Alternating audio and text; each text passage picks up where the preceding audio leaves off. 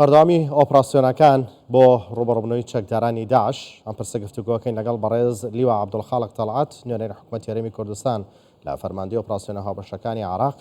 جەنابی لیوا بەخێر بێت. زۆر سپاس بە ئامادەبوونت. ئەم ئۆپراسیۆنانەکەی دەستیان پێ کردەوە بە چەند قۆناغەکەی تەواو بەتاکید دەستی پێ نەکردوێتەوە بەڵکو بەردەوامی هەیە ینی نەوەستاوە لەبەرەوەی چاڵەشەکانی داعش لە ماوەی چەند ساڵی ڕابردووش بەی شێوەیە کۆتایی ناتووە بەڵکو ئەگەر ڕۆژێک ناڕۆژێک نەبێ هەفتەی چاڵاچیەک هەبووە لە ناوچەکانی دەتوانین بڵێن لای کەرکووک و تکریت ڕوومادی و دیالە و تۆشخورمات و داقوق بە بەردەوامی کار و چاڵەچەکانیان داعش بەردەوامە. ئەو ئۆپراسیۆنیان کرد پێشتریش چەندین ئۆپراسیۆنی تر ئەنجام درراوە و ئەوەش نیشانەیەکە لە نیشانەکان کە هێزەکانی داعش تا ئێستا لە عێراق بەردەوامیان هەیە. زۆر جار هەندێک شوێن هەیە منتەقەی تارمیە کە زۆر نزیکە لە بەغدا، یعنی بەشێکە لە شاری بەغدا لەوێش بە بەردەوام جموزۆلیان هەیە، بەڵام زۆر جار هێزە عێراقیەکان یاخود کەناڵەکانی عێراق ئەو شتانە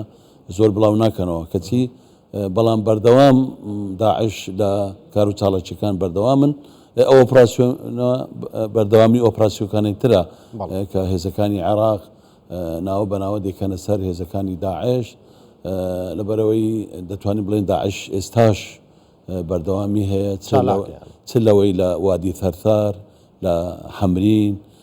لە هەندێک شوێنی لای تۆشخورمات و لە داقوق، لەو شوێنی کە باسم کرد کە نزیکی بەغدایە تارمیە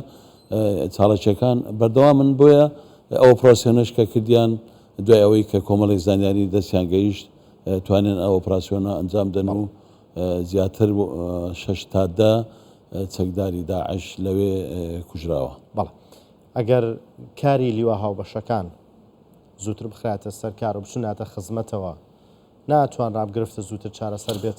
بەتاکید، بەڵام لایەنی عێراقی بە بەردەوام بربەست بووە لە گەیاندنی لیوای 20 بەڵام خۆشبەختانە ئێستا لە مەشقدانە ئیشاڵە لە ماوەیەکی نزیک لە مانگی سێ ینی لەو مانگەی ئێستا مەشقەکانیان کۆتایی پێدێ و بەپێی ئەو بەرنامەی کە داڕێژراوە لەلایەن وەزارەتی پێشمەرگە وەزارەتی بەرگری عێراق لەگەڵ ڕئیس سەرکانی عێراقی و بەڕێز ڕئیس سەرکانی هەرێمی کوردستان ئەو بەرنامەی کە داڕێژراوە بەپێی ئەو بەرنامە دابەش بکرێت بە تەئکید دەتوانین بڵێم تاسیرێکی زۆری دەبێ و ئەو شوێنانی کە دیاری کراوە کە لیژنەیە پێکات کە خۆم ئێکمولاندامی ئەو لیژنەیە هەر لە سنوورەکانی سەر سنووری هێران تا دەگاتە سنووری سووریا بەرنامەکانی بۆ دانراوە و شوێنەکانی بۆ دیاری کراوە. ئیشاڵەیەکی لە ماوەیەکی نزیک دوای تەوابوونی مەشقەکانیان ئەوانە بڵاوە پێ دەکرێت. ئەگەر بێت و ئەو هێزە کە باسمان کرد لە لیوای هاوبەش زووتر کارەکانیان تەواو کرد بە ئەو هەموو مەشاکلێکی بۆ دروستکرا بۆی دروست نەکرابایە ئێستا دەمە بتوانرا بوو کۆنتترۆلی ئەو شوێنە بکرێکە بۆشایی ئەمنیان هەیە لە نێوان هێزی پێشمەرگە و هێزی سوپای عێراق. بەڵێ جموجۆڵەکانی داعش یاخود باڵێن چالاکیەکانی داعش و تاکتیکی شەڕکردنی داعش لە چاو ڕابردوو گۆڕاوە. تەکتیکان لەوەیدایە وەکو پێشتر نایەن هێرشی بەرفراوان بکەن بۆی شوێنە بەڵکو بە گڕوب جابەجار دەردەکەون، ینی بەپێیکەوەی ئەندامی لیژنەی ئۆپراسیۆنی هاوبەشەکانی عێراقم من هەفتانە 2000 جار لەوێ ئەو هەواڵانە دەبیستین و دەبینین کە جموجۆڵەکانیان بە بەردەوام هەیە لەو شوێنانی کە پێشتر باسم کرد و تەنها لە شێوەی سێ یان 4 نەفەری کەسی دێن کارەکانی ئەنجام دەن و دەگەڕێنە وەکو پێشتر ئەوی کە پێشتر کردیان شێوازیەکان گۆڕیوە و بە شێوازیشتر ئێستا بە شێوازیشتر و بە شوێنی تونتر لە جاران خۆیان حەشار دەدەن لەبەرەوەی لەلایەن سوپای عێراقەوە لەلایەن هێزەکانی هاوبەیمانانیشەوە بە شێوێتی ورتر ئێستا چاودێریان دەکرێت لە هەر شوێنێک جموجۆلیان هەبێ بە تاکید ئۆپراسیۆنیان بۆ تێدا ئەنجام دەدرێت و پێشتریش لە ماوەی چەند ماوەیەش بەر لە ئێستاش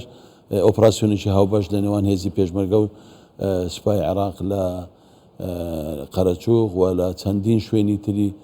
هاوسوو لەگەڵ حکوومەتی هەرێم چەندین ئۆپراسیۆن ئەنجام درا وەگەر هەر کاتیش پێویست بوو بۆ ئەنجامدانی ئەو ئۆپراسیۆنانە ئامادەکاری هەیە لە هەر زانیێرەیەک کە بگاتە دەست چ هەواڵگەری هێزی پێشمەرگەیان بەرگری عێراق بۆ ئەنجامدانی ئۆپراسیۆنی هاوبەش دێنەوە هەردوو سوپادا. بەڵێ ئەم شێوازەی نوێی شەڕکردنی داعش نیشانەی لاوازیانە کە وەکو ڕابردوو هێزیان نەماوە ناتوانن پەلامار بن و ئۆتۆمبیلی بۆم ڕشکراوە بەکاربێنن. ئەو هێزەی کە پێشتر هەبوو لە داعش هەمووی خۆ نەفەوتاوە بەشێکی زۆری باو و دەتوانم بە پێی زانیارەکان لە هەندێک وڵاتانی دەوروبەرن لەوێ وەکو دانیشتوونە بەڵام ئەو گروپانی کە باسم کرد ئەو گروپە چەکدانانە بەردەوام بوونیان هەیە هەفتانە دیار دەکەون لە ئەو شوێنانی پێشتر باسی کرد لە زۆر لە شوێن جۆجەکە ناوخاکی عێراق بە دیار دەکەون جارە بەجاریش هێرش دەکەنە سەر حەشدی شعبی یا هێرش دەکەنە سەر سوپای عێراقی بەردەوام بوونیان هەیە. لە ڕووی لاوازیەوە من پێم وانە بەو شێوەی کە لاواز بن بەڵام بەرنامە و کاری ئێستایان دیارە بەو شێوەیە وا پێویست دەکاتن ئیدی تا ئەو کاتەی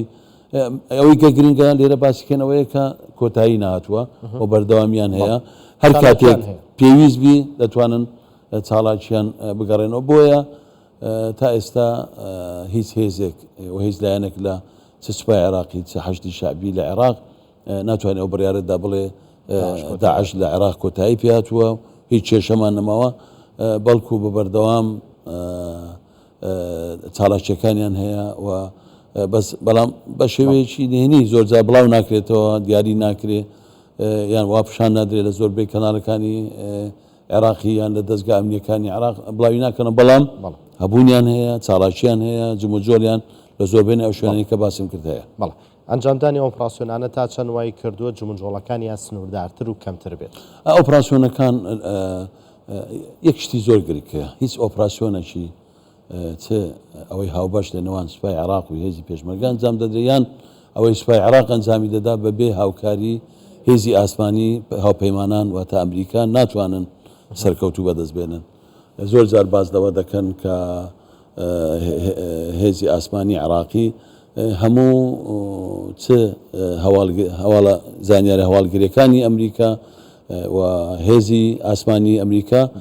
و فەڕەنسا کە دەورێکی گرنگیان هەیە لە زۆربەی ئۆپراسیۆنەکانی عێراق تێدا بەشدارن و دەتوانم بڵێم زیاتر زانیارەکان چونکە ئەو شوێنانە لە ڕێگای درۆن لە ڕێگای مانگی دەستکرد ئەوانە جموجۆڵەکان لەوێ کۆنتترۆل دەکرێت و باوبەشی لەگە سوپای عێراق تا ئەم لەحزەش بەشدارن لەو ئۆپراسیۆنانە بۆیە زۆر جار باز لە ئەوەی کە سوپای عێراق یاخود هێزی عێراق پێویستی بە هێزی هاوپەیمانان نەمایە یاخۆتی ئەمریکا نمایەنە